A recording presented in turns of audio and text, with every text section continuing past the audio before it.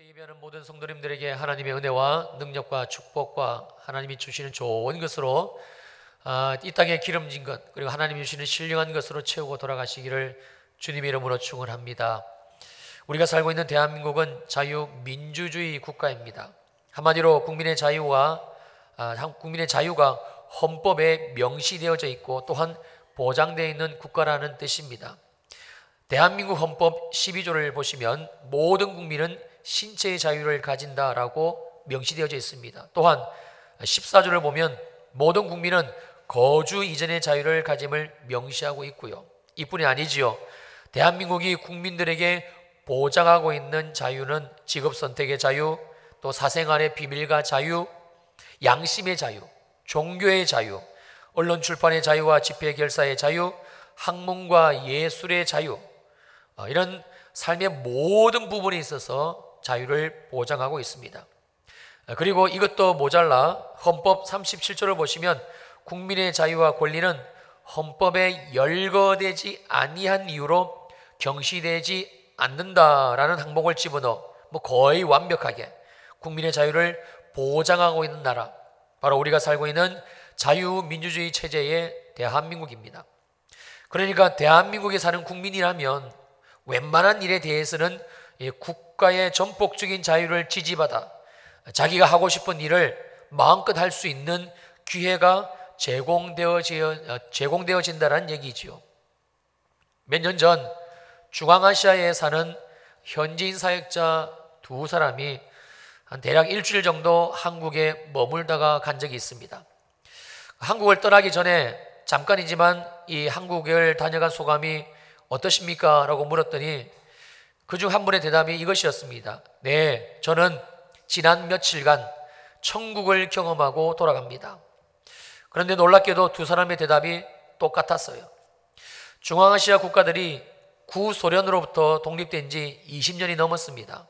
그러나 여전히 남아있는 공산주의 체제의 요소들, 즉 사람을 중요하게 여기지 않는 이 유물론적인 사고방식과 그리고 국가 경제의 빈곤으로 국가가 국민들의 삶의 이 전반적인 자유를 보장하고 못하고 있기 때문에 아마 그 사람들 눈에는 이 대한민국이 천국처럼 보였을 겁니다.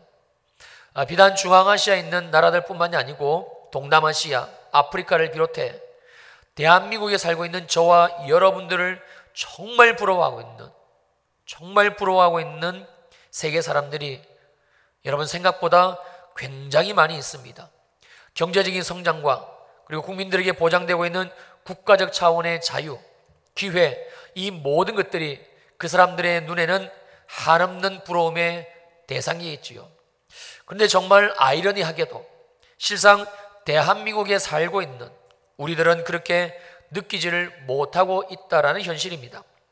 국가적 차원에서 거의 모든 영역들 가운데 자유가 보장되어져 있고 또한 마음만 먹으면 노력만 하면 자기가 원하는 꿈을 이룰 수 있는 기회가 제공되어지는 나라가 대한민국입니다. 그러나 그럼에도 불구하고 이 대한민국에 사는 국민들의 거의 대다수가 스스로 불행하다고 생각하고 만족하지 못하는 삶을 살고 있다고 그러면서 살아가고 있는 현실입니다. 왜 그런 것인가? 여러분들은 잘 느끼지를 못하시겠지만 요즘 저희 교회는 전도의 새바람이 불고 있습니다. 예심전도협회라는 곳을 통해서 전도훈련을 받고요. 열심히 전도한 결과 아주 전도에 불이 붙으신 저희 교단 지방의 목사님 한 분을 통해 여기 있는 연목사와 그리고 전도대원들이 올 1월부터 아주 강도 높은 전도훈련을 받고 그리고 거의 매일 거리 전도를 하고 있습니다. 어떤 분은 농협 앞에서 전도하시고 또 어떤 분은 럭키아파트, 삼성아파트 사이 그 횡단보도가 있잖아요. 그 양쪽 도로변에서 전도하시고 또 어떤 분은 그 세경아파트 뒤쪽에 가면 공원이 있거든요. 거기서 전도하시고 또 어떤 분은 이 새로 신축된 이 더샵 아파트 주변에서 정말 열심히 전도를 합니다. 거의 매일 나갑니다. 그런데 이번에 저희가 배운 전도법이 가지고 있는 아주 독특한 부분이 있는데 그것은 바로 복음을 전하는 전도법입니다.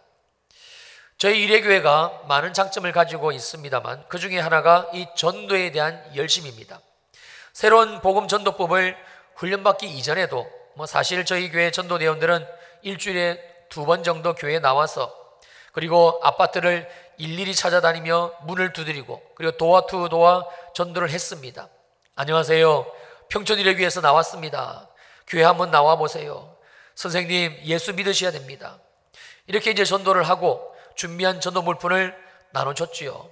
기도용 티슈, 그리고 지압봉, 메모지, 황사 마스크, 사탕, 콩나물, 애기용 손수건, 정말 다양한 전도용 물품을 가지고 전도를 했습니다.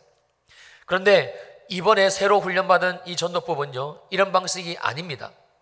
전도에서 구원해야 할 그 사람이 반드시 들어야만 되는 그 복음, 이 핵심만을, 그 복음의 핵심만을 그대로 전하는 전도법입니다. 안녕하십니까? 저는 평촌일회교회 염창식 목사라고 합니다.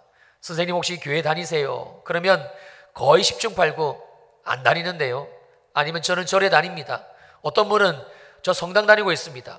이렇게 셋 중에 한 가지 대답을 합니다. 그러면 이전에는 그러십니까? 그러면 이거 한번 읽어보시고 저희 교회 나오시면 좋을 것 같습니다. 이렇게 짤막하게 얘기하고 그리고 전도 물품 하나 나눠주고 헤어졌어요. 그런데 이제는 아닙니다. 상대방이 어떤 대답을 하든지 상관없이 복음을 끝까지 전합니다. 천천히 걸음을 걷던 사람도 이 복음을 전하기를 시작하면 무슨 바쁜 일이 있는지 정말 빠른 걸음으로 벗어나려고 길을 갑니다. 그래서 어떨 때는 이 복음 전하다가 끝까지 이 복음을 전하다가 저희 교회에서 시작해서 도로를 건너가지고 신라 세경아파트 저 멀리 우체국까지 간 적도 있습니다. 이 복음이 전한 명함을 주면서 전도한다고 해서 일명 명함전도법이라고 부르지요. 그리고 이 명함에는 복음을 아주 이해하기 쉽게 간단하게 3가지 이야기가 적혀져 있는데 그 2번째 내용이 바로 이것입니다. 선생님, 내 인생 참 내 것인데 근데 정말 내 마음대로 안 됩니다. 사는 것도 마음대로 안 되고 돈 버는 것도 마음대로 안 되고 자식 키우는 거 정말 마음대로 안 되지요. 직장 문제도 안 되고 결혼 문제도 뭐 하나 분명히 내 인생인데 내 마음대로 되는 게 정말 하나도 없습니다. 그러면 이 이야기를 들은 사람들은 10이면 10명 다 이구동성으로 맞다, 정말 그렇다라고 공감들을 합니다. 그리고 이제 십자가의 복음을 전하지요. 아마 지금 여러분들도 마음속으로 정말 내 인생인데 내 마음대로 안 된다라고 공감하시는 분들 거의 대부분일 것입니다. 그렇다면 사람들은 왜, 무엇 때문에 우리 인생이 내 마음대로 안 된다라고 생각하는 것일까요? 이유는 간단합니다. 인생을 한번 살아봤더니 50년을 살고 60년을 살고 그 인생을 한번 살아봤더니 정말 이 인생이란 게 내 마음대로 되는 것이 없다라는 것, 안 된다라는 것을 뼈저리게 경험을 한 겁니다. 그런데 더 안타까운 사실은요, 지난 시간들 동안 30년이든 40년이든 50년이든 그 지난 세월 동안 그 인생을 살아오면서 그 수많은 실패를 경험을 합니다. 그런데 그럼에도 불구하고 지금도 여전히 별 다르지 않은 방식으로 지난날 실패했던 방법과 별 그렇게 다르지 않은 방법으로 내 인생을 살고 있다는 사실입니다. 왜냐하면 특별한 대안이 이 사람에게는, 우리에게는 없기 때문이지요. 사랑하는 성도님들, 이것이 인생이 가지고 있는 현실입니다. 아무리 대한민국이 자유를 보장해주면 뭐합니까? 아무리 우리나라가 자유민주주의 체제 국가라서 기회를 제공하고 자유를 국가에서 보장해주고 도와주고 그러면 뭐합니까? 계속적으로 기회를 제공해주고 또 환경을 열어주면, 그런다 하더라도 결국 그 인생은 실패를 할 것인데, 그것도 계속적으로 말입니다. 여러분들이 생각하시는 기준에 그래도 저 사람 정도면 인생이 성공한 사람일 것 같은데 라고 여기는 분 혹시 있습니까? 오늘 예배를 마치시고 한번 그분 찾아가셔가지고 물어보세요. 정말 당신의 인생이 당신이 생각하는 뜻대로 그렇게 살아온 거, 당신의 뜻을 이루며 살아온 거 맞습니까? 라고. 아마 그분 100% 틀림없이 나는 절대 아니라고, 내 인생 그렇지 않다고, 마음대로 안 된다라고 여러분 대답을 할 겁니다. 왜냐하면 인생의 주인은 내가 아니기 때문에 그렇습니다. 창세기 2장 7절입니다. 여호와 하나님이 땅의 흙으로 사람을 지으시고 생기를 그 코에 불어 넣으시니 사람이 생명이 되니라. 하나님이 처음 사람을 만드실 때 그 하나님께서는 두 가지의 재료를 가지고 만드셨습니다. 첫째는 땅의 흙이고, 그리고 두 번째는 하나님의 생기입니다. 그러니까 하나님께서는 땅의 흙을 가지시고 아주 주물럭주물럭 아주 정성을 다해 하나의 모양을 만드셨는데, 그것이 바로 우리가 가지고 있는 이 육체, 이 외모, 외형의 모습이지요. 그리고 하나님은 만드신 우리 이 육체 안에, 이 몸 안에 직접 후하고 생기, 즉 하나님의 생명을 불어넣어 주심으로 우리 안에 하나님의 형상과 하나님의 모양을 따라 영혼을 창조하셨습니다. 이것이 바로 온전한 온전한 한 사람의 실체입니다. 그러므로 우리는 하나님과 동행하고 하나님을 예비하고 또한 하나님으로부터 모든 것을 공급받으며 살아가는 영적인 존재, 즉 생명으로 창조된 것이죠. 이것이 바로 저와 여러분들의 실존의 모습입니다. 우리가 살아가는 이 세상에는요, 수많은 물체들이 존재합니다. 옷, 신발, 모자, 안경, 책상, 청소기, 밥솥, 자동차, 우산, 집, 그리고 우리가 지금 예배드리고 있는 이 교회당 건물, 그 수가 헤아릴 수 없을 정도로 정말 어마어마하게 많습니다. 그러나 이 수많은 물체들이 가지고 있는 하나의 공통된 점이 있습니다. 그것은 바로 누군가가 그 물체를 만들었다는 사실이고, 그리고 만들 때에는 반드시 어디에 어떻게 사용할 것인지 정확하게 사용 목적을 가지고 만들었다는 사실입니다. 여러분 놀랍지 않습니까? 어떻게 해서 사람에게 이 수많은 물건들을 만들 수 있는 능력이 있습니까? 그리고 만들 때는 아무렇게나 대충 만들지 않고, 그리고 어쩌다 우연히 그렇게 만드는 것도 없고, 어떻게 사용해야 되고 무엇을 위해서 써야 되는지 아주 분명하게 목적과 그리고 사용할 그 방법을 가지고 하나하나 다 일일이 만들었다니, 그 용도에 맞게 만들었다니 한마디로 놀라울 뿐입니다. 이 지구상에는 인간이 가지고 있는 이 육체처럼 이 겉모양을 가지고 살아가는 수많은 동물들이 존재합니다.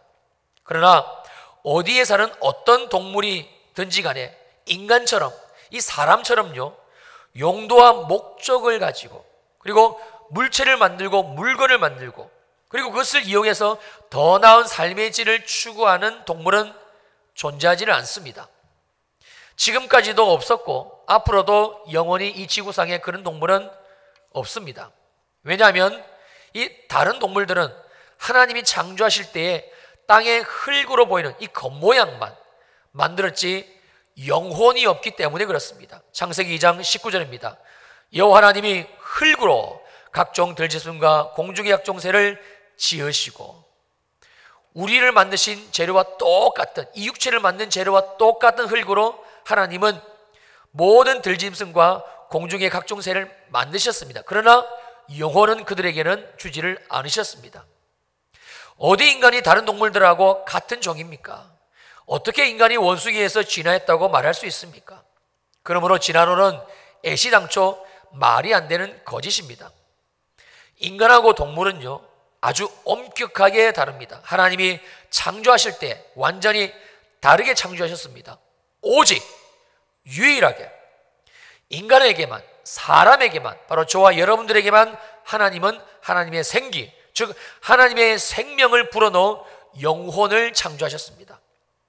하나님이 가지고 계신 무엇인가 생각하고, 그리고 사고하고, 그리고 새로운 것을 목적과 용도를 가지고 만들 수 있는 그 하나님의 모양과 하나님의 형상, 즉 하나님의 능력을 인간에게 주신 것입니다. 그러므로 인간이 만든 모든 물체들이 각각 그 용도와 사용 목적이 있듯이, 그리고 그 물체가 바로 그 사용 목적에 맞게 쓰여지게 될 때에 가장 이상적이듯이 사람 역시 마찬가지입니다. 우리 또한 하나님이 만드신 목적과 그리고 하나님 우리를 만드신 의도가 있기 때문에 우리를 창조하신 하나님의 뜻, 즉 말씀대로 살아갈 때에 가장 아름답고 그리고 복되며 또한 가치 있는 삶을 살 수가 있는 것이지요. 그래서 하나님을 떠난 인생은 아무리 잘 살아보려고 발버둥을 쳐도 애를 써도 결코 그 뜻대로 되지를 않는다는 것입니다. 그 세상 사람들이 하는 말이 맞습니다. 인생 정말 아무리 잘 살아보려고 애를 써도 내 마음대로 되는 것이 아무것도 없다는 그 말이 정말 똑 맞아떨어집니다. 그리고 결국에는 아무것도 남는 것이 없는 인생, 바로 한 줌의 흙으로 돌아가는 허무한 인생으로 끝이 날 수밖에 없는 것이죠. 놀랍게도 이 인간의 비밀, 인생의 비밀이 고스란히 성경에 나와져 있습니다. 창세기 2장 7절에서 하나님이 사람을 창조하실 때에 사용하신 이 땅의 흙은요, 그 히브리 원어가 아파르입니다. 이 아파르라는 뜻은 우리가 흔히 알고 있는 땅의 흙이 아닙니다. 하나님이 우리를 만드실 때 사용하신 이 흙은 무엇인가를 심으면 잘 자랄 수 있고 또 색깔이 붉고 토질이 좋은 흙이 아니라 먼지, 티끌, 재, 가루, 이게 우리를 만드신 재료입니다. 그래서 이 아파라는 단어가 가지고 있는 또 다른 의미는 허무, 무가치, 보잘것없는 것, 바로 이런 내용들을 가지고 있지요. 그러니 인생에서 하나님의 생기, 하나님의 생명, 즉 하나님의 공급과 인도하심이 없으면 남는 것이 아파르, 이 흙뿐이니까 이 흙밖에 남지 않은 인생이 어찌 허무하지 않을 수 있고 아무것도 남는 것이 없고 초라하고 보잘것없는 삶이 되지를 않겠습니까? 그러므로 삶이 인생이 가장 복될 수 있는 유일한 방법은 하나님께로 돌아가는 것입니다. 바로 하나님께 내 삶의 주인 자리를 다시 내어드리는 것. 인생이 내 마음대로 안 되는 것은요, 바로 인생이 주인이 내가 아니기 때문에 그렇습니다. 오늘 우리가 함께 읽은 본문 주기도문 속에 주님이 굳이 이 기도를 할 것을 말씀하신 의도 역시 우리는 동일한 관점에서 볼 수 있어야만 할 것입니다.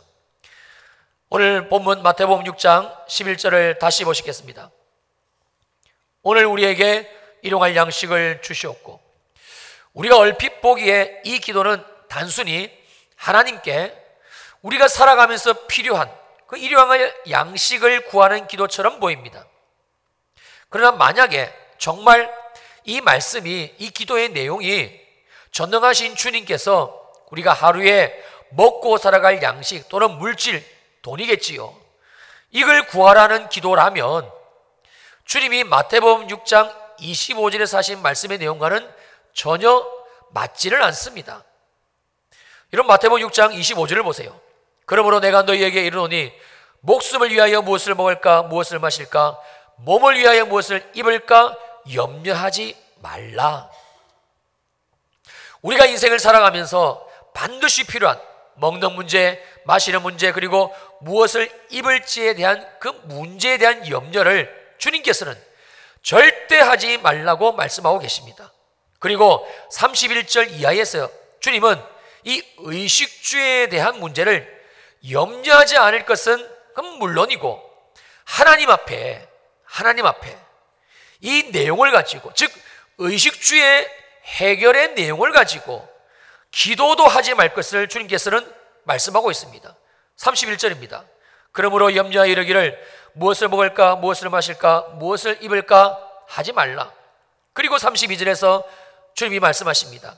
이는 즉 무엇을 먹을까 무엇을 마실까 무엇을 입을까 하는 이 내용은 다 이방인들이 구하는 것이다. 이방인들이, 하나님을 모르고 예수를 모르는 세상 사람들이 이렇게 구하는 것이다. 그러므로 너희 하늘 아버지께서 이 모든 것이 너희에게 있어야 할 줄을 아시느니라. 무슨 말씀입니까? 우리를 예수 그리스도의 피값으로 구원하신 하늘 아버지께서 너무나 당연하게 우리가 인생을 살아가면서 반드시 필요로 하는 목숨을 위하여 무엇을 먹을까 무엇을 마실까 그리고 몸을 위하여 무엇을 입을까에 대한 문제는 꼭 해결이 되어져야 함을 잘 아신다라는 말씀입니다. 뿐만이 아닙니다. 우리가 만약에 하나님을 믿고 신뢰하지 못해 이 의식주에 대한 문제를 그 기도의 내용을 가지고 주님 앞에 나가게 된다면 그 기도는 하나님을 믿지 않는 이방인들이 하는 기도, 세상 사람들이 하는 기도로 주님께서는 그렇게 치부해 버리시겠다는 그 말씀의 내용입니다. 한마디로 절대로 우리에게 무엇을 먹을까, 무엇을 마실까, 무엇을 입을까에 대한 문제를 가지고서는 기도조차 하지 말 것을 못 박아 말씀하시는 아주 강력한 내용의 말씀이지요. 주님이 이렇게까지 말씀하시는 그 주님이신데 갑자기 뜬금없이 말씀을 바꾸어 가지고 오늘 본문의 주기도문에 와서는 너희는 이렇게 기도하라, 오늘 우리에게 일용할 양식을 주옵소서, 이렇게 말씀하실 리가 없다는 사실입니다. 이 기도의 내용이 단순히 우리가 하루를 살아가면서 필요한 양식, 먹을거리를 구하는 그런 내용일 리가 없다는 것이지요.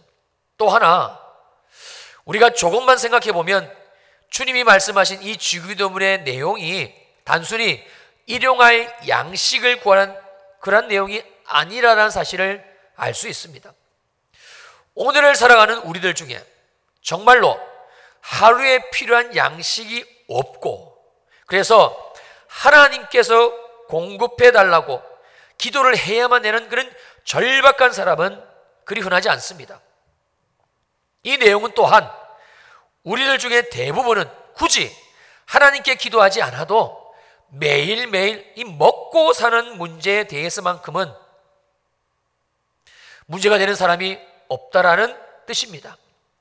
좀 더 좋은 것을 먹지 못하고 내가 원하는 때에 내가 먹기를 원하는 것을 먹지 못해서 그렇지, 내가 입고 싶은 옷을 입지 못해서 그렇지, 정말 헐벗고 굶주리고 하여 하나님이 오늘 하루 내게 일용할 양식을 주시지 않으면, 내게 공급해 주시지 않으면 안 되는 그런 절박한 상황을 살아가는 사람은 없다라는 뜻이지요. 그렇다면 주님이 이 주기도문에서 굳이 우리들에게 이 기도를 해야만 할 것을 말씀하신 의도가 무엇인가? 마태복음 6장 24절에 그 해답이 있습니다.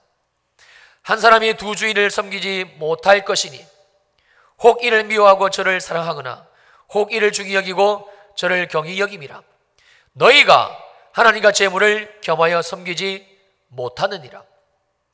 사실 주님이 의식주에 대한 문제는 염려하지도 말고 나아가 기도도 하지 말 것을 말씀하신 의도 자체가 바로 이 마태복음 6장 24절의 말씀을 우리들에게 이해시켜 주시기 위함이었습니다.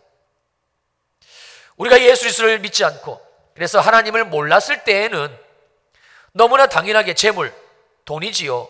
이 바로 돈 버는 것이 삶의 목적이었습니다. 그렇지 않습니까?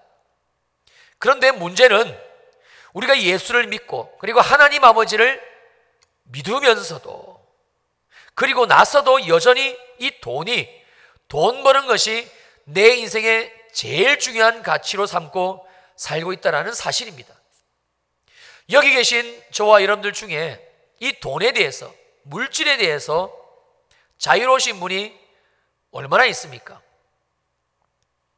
제 작은아버님이 감리교단 장로님이십니다. 경남 창원에서 제법 크게 웨딩 사업을 하시면서 그리고 교회를 섬겼습니다. 문제는 주일이었습니다.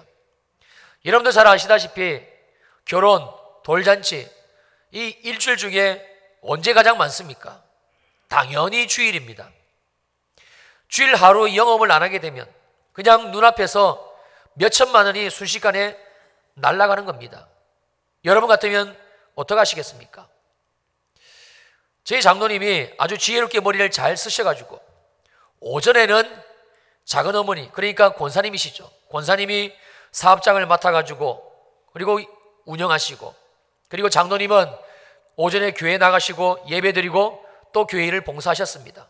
그리고 오후에는 서로 임무교대를 하시면서 그렇게 사업체를 운영하셨습니다. 그리고 거기에서 나온 이익금으로 교회 학교를 위해서 헌신하셨고 그렇게 교회를 섬기셨습니다. 사람의 눈으로 보기에, 우리가 보기에 여러분 얼마나 지혜롭습니까? 그렇지 않습니까? 그런데 하나님 눈에는, 하나님 눈에는 그렇게 보이시지를 않으셨습니다. 결국 그 잘되던 웨딩 사업이 망했습니다. 그냥 망한 정도가 아니고 아주 쫄딱 망했습니다. 심지어 빚까지 지면서 주님께서는 망하게 하셨습니다. 그리고 나서 이 조카 목사인 저에게 그 장로 장은아버님이 이렇게 말씀하시더라고요.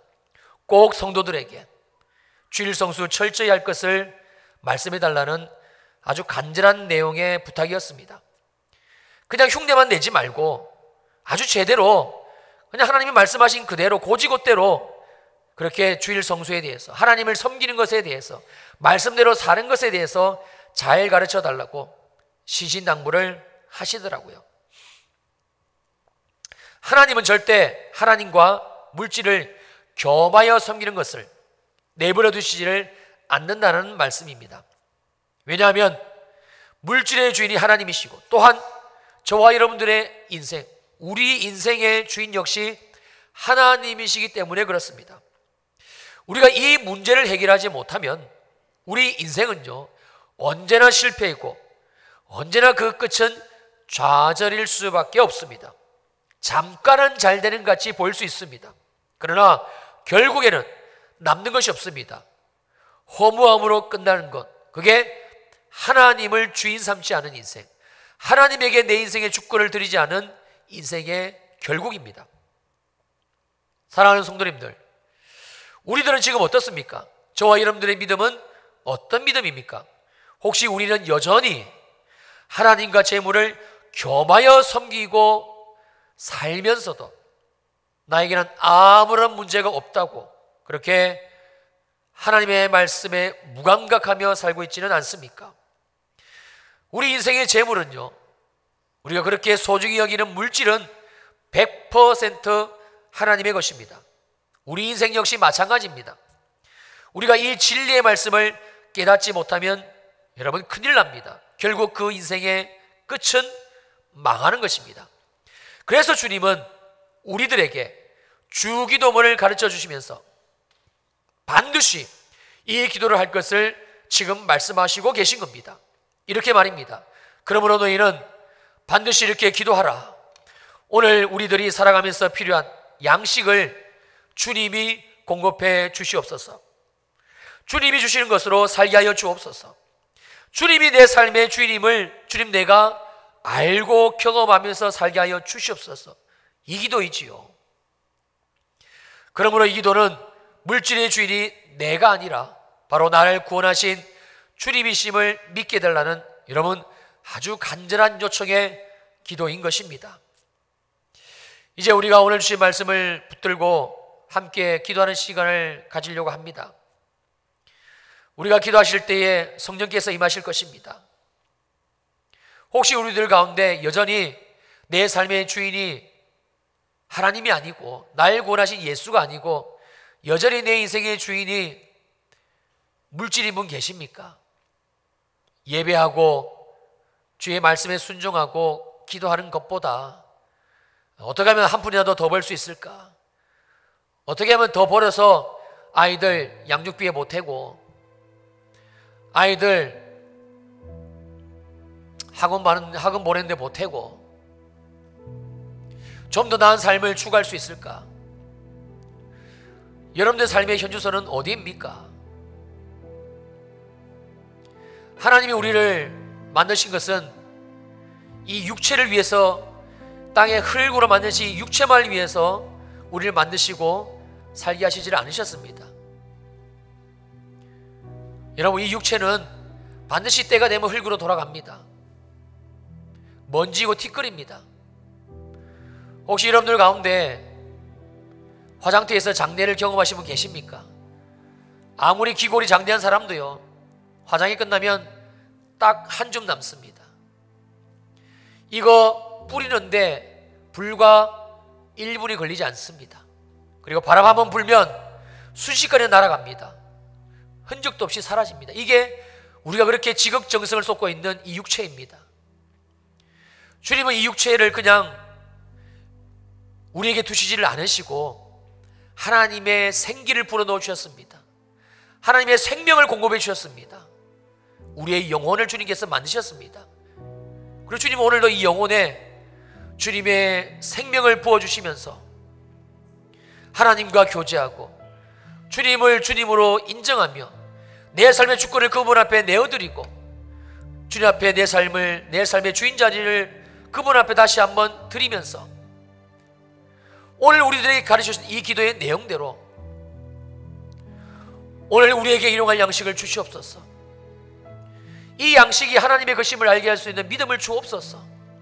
이제는 양식을 위해 사는 자가 아니라 주님이 주신 양식으로 하나님이 주시는 공급으로 살아가는 하나님의 자가 되게 하여 주옵소서. 주님은 우리에게 이 기도를 가르쳐주고 계시는 겁니다. 사랑하는 성도님들, 여러분들 삶의 주인은 누구입니까?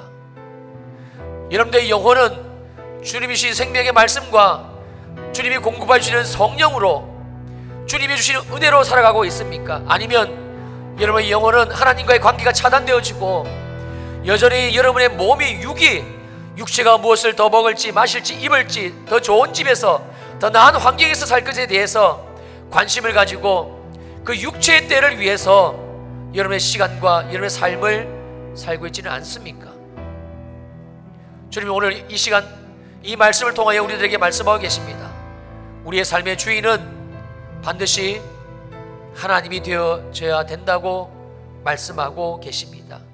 그래야 우리 인생이 허무하지 않습니다. 인생 70년 살고 결국 우리에 남는 것이 없다고, 허무하다고, 인생 내 마음대로 안 된다고 세상 사람들처럼 그렇게 부정하고 푸념하고 세상 비관하고 그렇게 사시렵니까? 하나님 우리를 그렇게 만드시지를 않으셨습니다. 그래서 우리의 삶의 주인은 사랑하는 성도님들 하나님이십니다. 기도하시겠습니다.